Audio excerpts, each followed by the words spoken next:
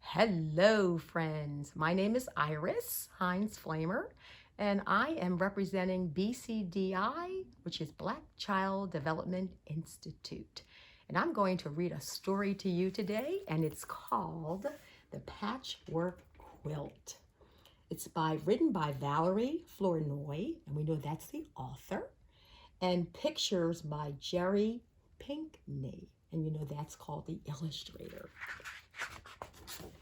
So here's our title page. Here's our dedication page. And let's begin. Tanya sat restlessly on her chair by the kitchen window. For several days, she had had to stay in bed with a cold. But now, Tanya's cold was almost gone. She was anxious to go outside and enjoy the fresh air and the arrival of spring. "Mama, when can I go outside?" asked Tanya. And I bet you are also asking the same thing right now. When can you go outside and play with your friends soon? Mama pulled the tray of biscuits from the oven and placed it on the counter. "In time," she murmured. "All in good time." And murmured means that she said it in a very soft voice. Tanya gazed through the window and saw her two brothers, Ted and Jim, and Papa building the new backyard fence. "I'm going to talk to Grandma," she said. Grandma was sitting in her favorite spot, the big, soft chair in front of the picture window. In her lap were scraps of materials of all textures and colors. Tanya recognized some of them. The plaid was from Papa's old work shirt, and the red scraps were from the shirt Ted had torn that winter. "What you going to do with all that stuff?" Tanya asked. "Stuff? These ain't stuff. These little pieces gonna make me a quilt, a patchwork quilt." Tanya tilted her head. "I know what a quilt is, Grandma. There's one on your bed, but it's old and dirty, and Mama can never get it clean." Grandma sighed. "It ain't dirty, honey. It's worn the way it's supposed to be." Grandma flexed her fingers to keep them from stiffening.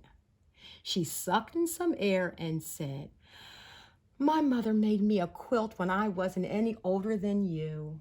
But sometimes the old ways are forgotten." Tanya leaned against the chair and rested her head on her grandmother's shoulder.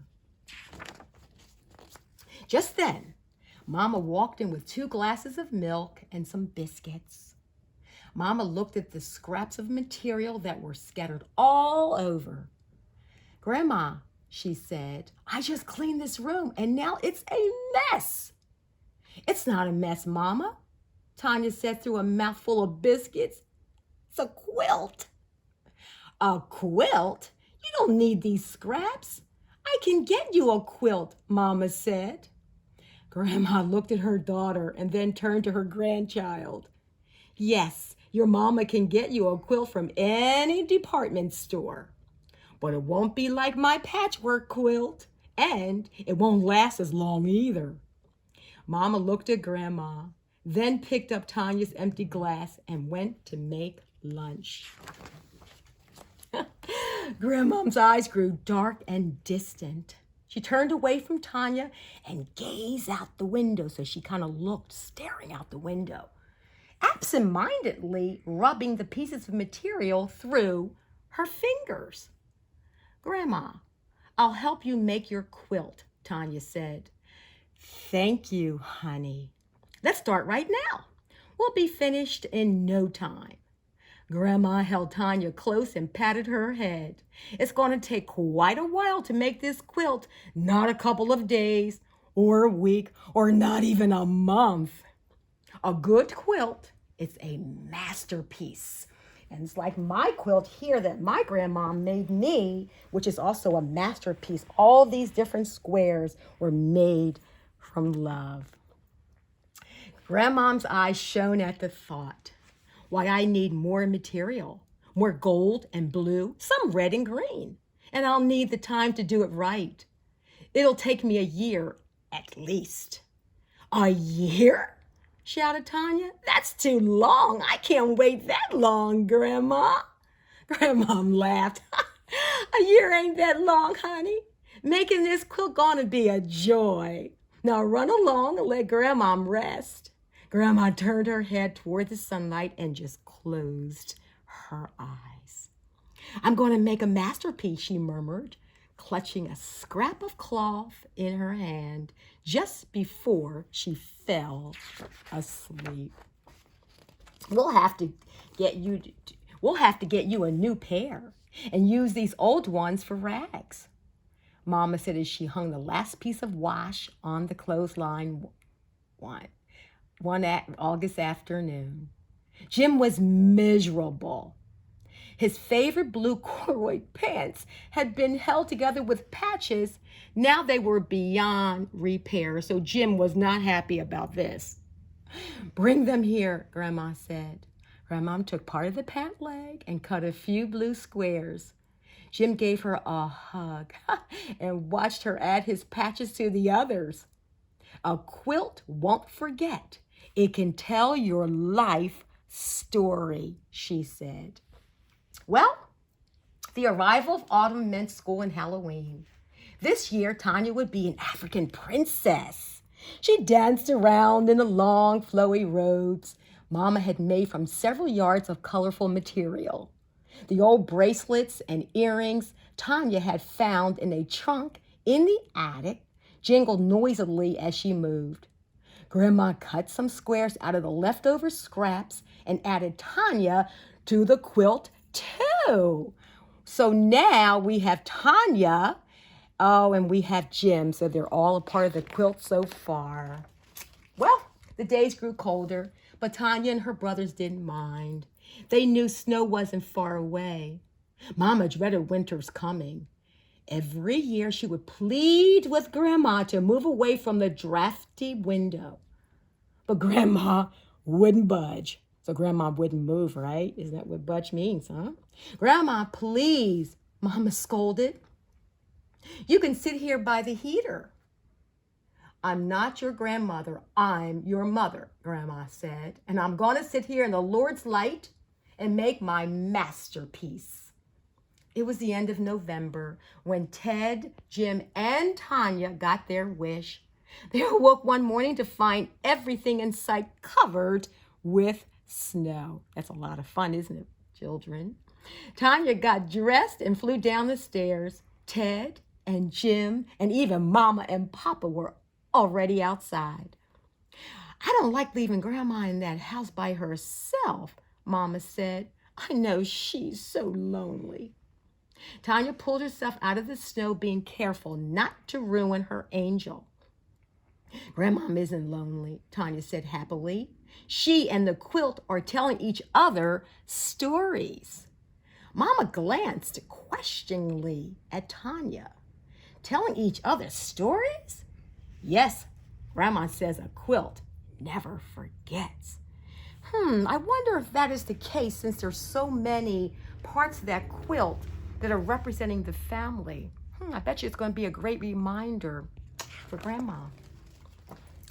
The family spent the morning and most of the afternoon sledding down the hill. Finally, when they were all numb from the cold, they went inside for hot chocolate and sandwiches. I think I'll go sit and talk to Grandma, Mama said. Then she can explain to you about our quilt, our very own family quilt, Tanya said. Mama saw the mischievous glint in her youngest child's eyes. That mischievous is like naughty, that naughty spark in her young child's eyes. Why? I may just have her do that, young lady, Mama said as she walked out of the kitchen. Tanya leaned over to the table to see into the living room. Grandma was hunched over her eyes close to the fabric as she made tiny stitches. Mama sat at the old woman's feet. Tanya couldn't hear what was said, but she knew Grandma was telling Mama all about quilts and how this quilt would be very special. Tanya sipped her hot chocolate slowly when she saw Mama pick up a piece of fabric, rub it with her fingers, and just smile. From that moment on, both women spent their winter evenings working on the quilt. Mama did the sewing while Grandma cut the fabrics and placed the scraps in a pattern of colors. Even while they were cooking and baking all their Christmas specialties during the day, at night they still worked on the quilt. Only once did Mama put it aside. She wanted to wear something special Christmas night, so she bought some gold material and made a beautiful dress. Tanya knew without asking that the old scraps would be in the what? The quilt, too. There was much singing and laughing that Christmas. All Grandma's sons and daughters and nieces and nephews came to pay their respects. The Christmas tree lights shone brightly, filling the room with sparkling colors. Later, when everyone had gone home, Papa said he had never felt so much happiness in the house, and Mama agreed. When Tanya got downstairs the next morning, she found Papa fixing pancakes. "Is today a special day too?" asked Jim. "Where's Mama?" asked Tanya. "Grandma doesn't feel very well this morning," Papa said. "Your mother is in with her now till the doctor gets here." "Will Grandma be all right?" Ted asked. Papa rubbed his son's head and smiled. "There's nothing for you to worry about. We'll take good care of Grandma." Tanya looked into the living room. There on the back of the big chair rested the patchwork quilt. Oh, it was folded neatly just as Grandma had left it. Mother didn't want us to know she wasn't feeling well. She thought it would spoil our Christmas. Mama told them later, her face drawn and tired, her eyes a puffy red. Now it's all up to us to be quiet and make her as comfortable as possible. Papa put an arm around Mama's shoulder. "Can we see Grandma?" Tanya asked. "No, not tonight," Papa said. "Grandma needs plenty of rest." It was nearly a week, the day before New Year's, before the children were permitted to see their grandmother. And what's on her bed? Looks like that patchwork quilt. She looked tired and spoke in whispers. "We miss you, Grandma," Ted said. "And your muffins and hot chocolate," added Jim. Grandma smiled. "Your quilt misses you too, Grandma," Tanya said. Grandma's smile faded from her lips. Her eyes grew slow, very cloudy. "My masterpiece," Grandma sighed. "It would have been beautiful, almost half finished." The old woman closed her eyes and turned away from her grandchildren. Papa whispered it was time to leave. Ted, Jim, and Tanya crept from the room. Tanya walked slowly to where the quilt lay. She had seen Grandma and Mama working on it. Tanya thought real hard. She knew how to cut the scraps, but she wasn't certain of the rest. Just then, Tanya felt a hand resting on her shoulder. She looked up and she saw Mama. Look at all the little patches that she's using to make that quilt. "Tomorrow," Mama said. New Year's Day was the beginning.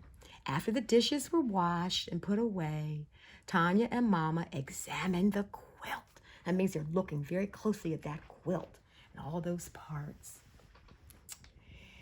Tanya snipped and trimmed the scraps of material till her hands hurt from the scissors. Mama watched her carefully, making sure the squares were all the same size. The next day was the same as the last, more snipping and cutting. But Mama couldn't always be around to watch Tanya's work. Grandmama had to be looked after. So Tanya worked by herself. Then one night, as Papa read them stories, Jim walked over and looked at the quilt. In it, he saw patches of blue. Ah, his blue. Remember where his blue came from, those pants, huh? Without saying a word, Jim picked up the scissors and some scraps and started to make squares.